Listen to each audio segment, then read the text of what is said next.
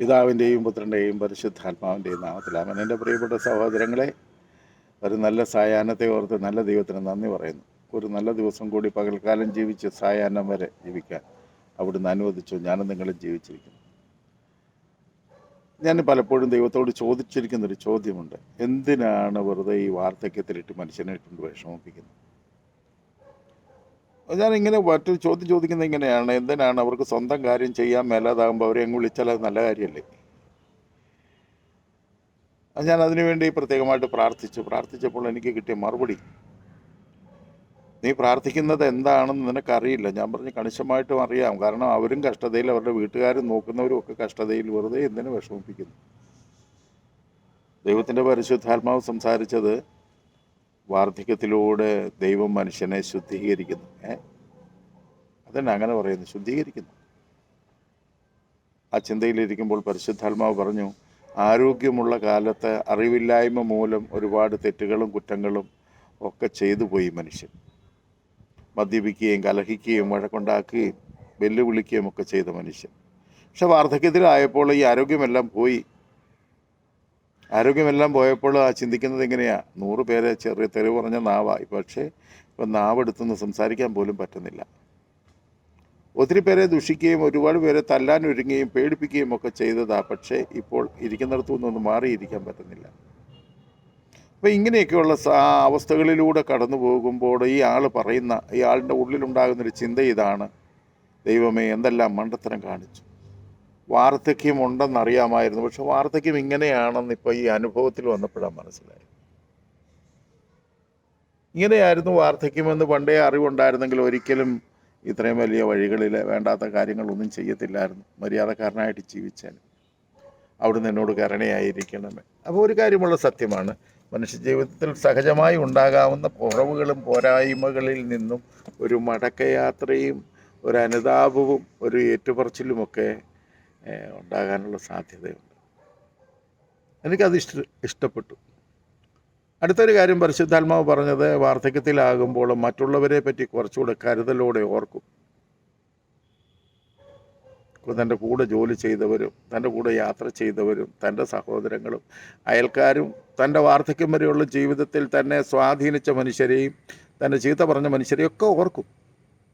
എന്നിട്ടിങ്ങനെ പറയും: ദൈവമേ, ഞങ്ങളൊക്കെ ഇങ്ങനെ ജീവിച്ച കൂട്ടത്തിൽ വഴക്കുണ്ടാക്കുകയും കലഹിക്കുകയും കള്ളു കുടിക്കാൻ പോവുകയും പാപത്തിൻ്റെ വഴിയിൽ പോവുകയും വെല്ലുവിളിക്കുകയും ഒക്കെ ചെയ്തവരാ. പക്ഷേ തമ്പുരാനെ, അവരുമൊക്കെ ഇപ്പോൾ പ്രായത്തിലായിരിക്കുന്നു. അവരെ അനുഗ്രഹിക്കണമെന്ന രണ്ടാമത്തെ തരത്തിലെ പ്രാർത്ഥന. ആദ്യം തൻ്റെ പാപത്തെ ഓർത്ത് തെറ്റിപ്പോയി എന്നൊരു സമ്മതം. രണ്ടാമത്തെ കാര്യം വരുമ്പോൾ അവർ തൻ്റെ കൂട്ടുകാർക്കും മറ്റുള്ളവർക്കും വേണ്ടിയുള്ളൊരു ദൈവസന്നിധിയിൽ ഓർത്തൊരു പ്രാർത്ഥന. അങ്ങനെ ഒരു പരിഹാര ജീവിതം. ഇനി വരുന്ന തലമുറകൾ, എൻ്റെ മക്കൾ, കൊച്ചുമക്കൾ, അങ്ങനെയുള്ള സഹോദരങ്ങൾ, അപ്പോൾ അവരെല്ലാം ഓർത്തിട്ട് കൊച്ചുമക്കൾക്ക് വേണ്ടി സമ്പാദിക്കുന്ന കാലമാണെന്നാണ് പരിശുദ്ധാത്മാവ് പറഞ്ഞത്. വാർദ്ധക്യം കൊച്ചുമക്കൾക്കും വേണ്ടി സമ്പാദിക്കുന്ന കാലം. എനിക്കിത് മനസ്സിലായില്ല.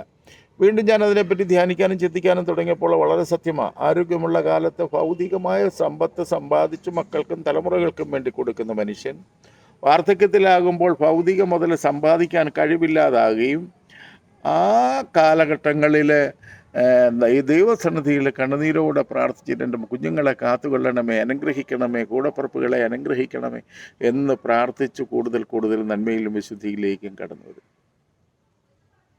പ്രിയപ്പെട്ട സഹോദരങ്ങളെ, ഇതൊരു സത്യമാണ്. നമ്മൾ ചിന്തിച്ച് നോക്കുമ്പോൾ ഇത് 100% സത്യമാണ്. അപ്പോൾ അങ്ങനെയൊക്കെ ജീവിക്കാൻ ദൈവം തരുന്ന അവസരങ്ങളാണ് വിശുദ്ധിയിൽ, ദൈവാശ്രയത്തിൽ, പ്രാർത്ഥനയിൽ, മക്കൾക്ക് വേണ്ടിയുള്ള ദൈവസന്നിധിയിലെ മധ്യസ്ഥ പ്രാർത്ഥനയിൽ ഒക്കെ നടക്കുന്ന കാലമാണ് ഈ കാലഘട്ടങ്ങൾ. കാരണം അതുവരെ ലോകത്തോടുള്ള താല്പര്യങ്ങളെല്ലാം വിട്ടു. ഇനി ഇപ്പോൾ ദൈവത്തോടുള്ള താല്പര്യങ്ങളും പിന്നെ ഒരു സ്നേഹിക്കാൻ പറ്റാതെ പോയ കാലത്തിൻ്റെ പോരായ്മകളൊക്കെ പരിഹരിക്കുവാൻ കഴിയുന്ന തരത്തിൽ ചെയ്യാനായിട്ടുള്ളൊരാഗ്രഹമാണ്. ഇനി മറ്റുള്ളവരിൽ നിന്ന് കാണണമെന്നും വർത്തമാനം പറയണമെന്നും സോറി പറയണമെന്നും ഒക്കെ വിചാരിക്കുന്നൊരു കാലം. എൻ്റെ പ്രിയപ്പെട്ട സഹോദരങ്ങളെ, ഈ വാർദ്ധക്യകാലം എത്രയോ വലിയ ദൈവാനുഗ്രഹമാണ്.